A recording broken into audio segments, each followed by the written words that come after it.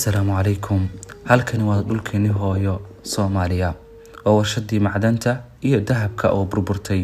waa mijiyahan dhulkii Daymanka waxaan noqonay dameerkii malabka siday waxaan haysanaa dhulka adduunka ugu qaalisan uguna quruxda badan waxaana lagu qanciyay laakiin inay nolosha taalo dalalka shisheeye si ay halkan u noqoto meel cidla ah kadibna ay uga faa'iideystaan Soomaaliya halkani waa mid kamid ah qasanadaha adduunka ugu waaweyn ee macdanta hadii si cadaalad loo maareeyo gaajada inaan ka baxno iska daayay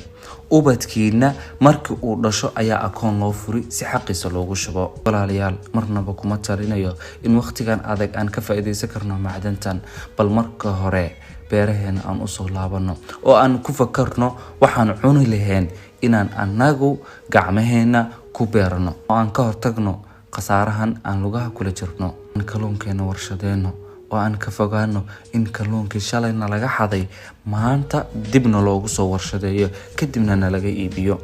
ha noqonina sacihi walaalaha ahaa oo midba maalin libaax cunay walaalo ayaa tihiin uliyadir ayaa tihiin ma kala maarano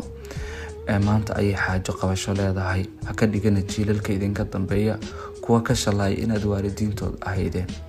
aan ka yeelno inay inoo soo duceeyaan wanaagii aan dalkeena u qabanay dartiis maanta aan bog cusub oo nolosha aan furno